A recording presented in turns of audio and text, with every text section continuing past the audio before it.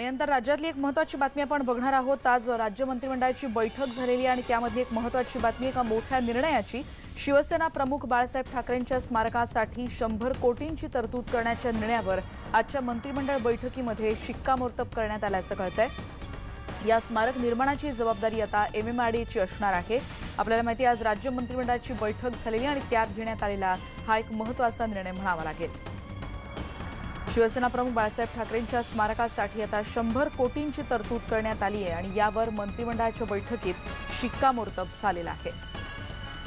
आतापर्यंत जिथे महापौर निवास होतं तिथे आता बाळासाहेबांच्या नावाचं स्मारक तयार होणार आहे। आपल्याला माहिती आहे उद्या त्यांची जयंती आहे आणि उद्या तिथे गणेश पूजन होतंय आणि या स्मारकासाठी 100 कोटींची तरतूद करण्यात आलेली आहे आणि ज्यावर मंत्रिमंडळ बैठकीत शिक्कामोर्तब झालेला आहे अशी माहिती कळते। आणि या संदर्भात आपण अधिक माहिती घेणार आहोत। आमचे प्रतिनिधी विवेक कुलकर्णी आता आपल्या सोबत आहेत। विवेक, एक मोठा निर्णय म्हणावा लागेल।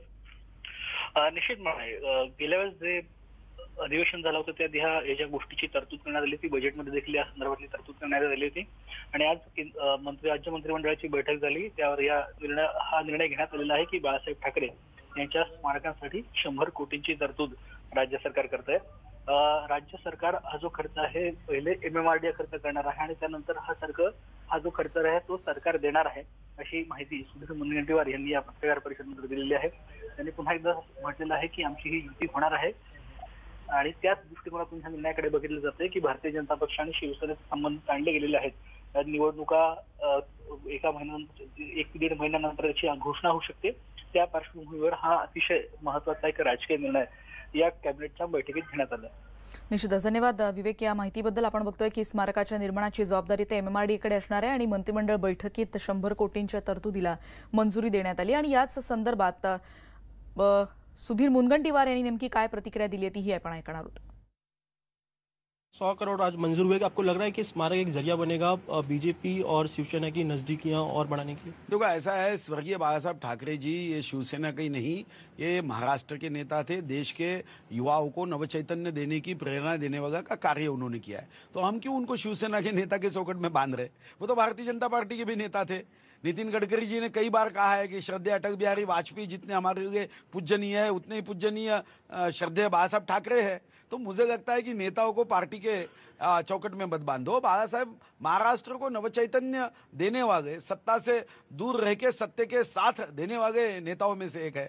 उन्होंने कभी सत्ता नहीं चाही। पर राजनीतिक गलियारों में चर्चा यही है सर कि ये जो अब स्टेप्स लिए जा रहे हैं बीजेपी द्वारा, ये कहीं ना कहीं जो गठबंधन है उसको और मजबूत करने और जो दूरियां बनी थी उसे कम करने की कोशिश। देखो, युति होने के बाद सब कांग्रेस राष्ट्रवादी के नेताओं को डर लगता है कि युति हुई तो हमारी डिपॉजिट जब्त हो सकती है, तो डर के मारे ऐसी दंतकथाएं वो करते हैं। देखो, बाला साहब का स्मारक करना इसका युति से क्या संबंध है? युति तो होने वाली है। बाला साहब तो सबके लिए पूजनीय है। तो मुझे लगता है कि ये विषय उपस्थित नहीं होता। मुंबई जब जल रही थी तो बाला साहब सामने आए। तो मुझे लगता है बाला साहब सबके लिए आदरणीय व्यक्तिमत्व है। तो ऐसी बातें करना तो ये वही लोग करते हैं जिनके मन में डर है कि युति हमारी हो गई तो हमारा डिपॉजिट जब्त हो जाएगा। राज्याचे अर्थमंत्री आणि भाजपचे ज्येष्ठ नेते म्हणून सुधीर मुनगंटीवार यांनी युती संदर्भात आणि बाळासाहेबांच्या स्मारकासंदर्भात केलेलं हे एक मोठं विधान निश्चितच म्हणावं लागेल। यानंतर एक पुढची बातमी येते। लोकसभा निवडणूक जवळ येऊन ठेपलेली आहे। नांदेडमधून अमिताभ चव्हाण काँग्रेसकडून निवडणूक लढवू शकतात। लोकसभा निवडणूक अशी शक्यता वर्तवली जाते। त्या काँग्रेस प्रदेशाध्यक्ष अशोक चव्हाण यांच्या पत्नी आहेत। याआधी राहुल गांधी नांदेडमधून निवडणूक लढवतील अशी चर्चा सुरू होती आणि आता जी माहिती कळते त्यानुसार अमिताभ चव्हाण यांचं नाव नांदेडमधून लोकसभा निवडणुकीसाठी सध्या समोर येत आहे। आपल्याला माहिती गेल्या 2 दिवसांपासून राहुल गांधी नांदेडमधून निवडणूक लढवणार का अशी देखील चर्चा होत होती। प्रशांत लीला रामदास आमचे प्रतिनिधी आता आपल्या सोबत आहेत। तर प्रशांत, जसजशा निवडणुका जवळ येत आहेत अशा शक्यतांचे तर्कवितर्कांचा आणखीन आपण म्हणू शकतो की बातम्या सातत्याने येत असतात।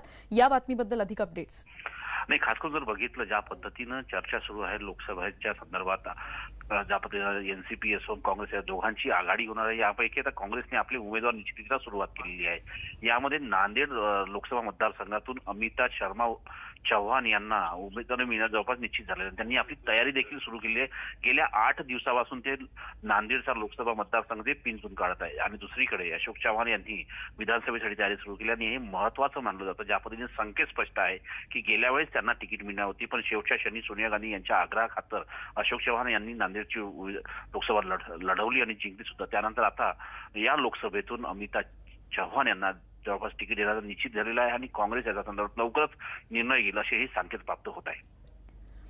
धन्यवाद या माहितीबद्दल प्रशांत. जसं आपण बघतोय की अमिता चव्हाण यांच्या नावाची चर्चा सध्या होते. अशोक चव्हाण यांच्या पत्नी आणि लोकसभा निवडणुकीमध्ये कदाचित नांदेडमधून त्या उभे राहू शकतील, त्यांना उमेदवारी तिथून दिली जाऊ शकेल अशी शक्यता सध्या वर्तवली जाते.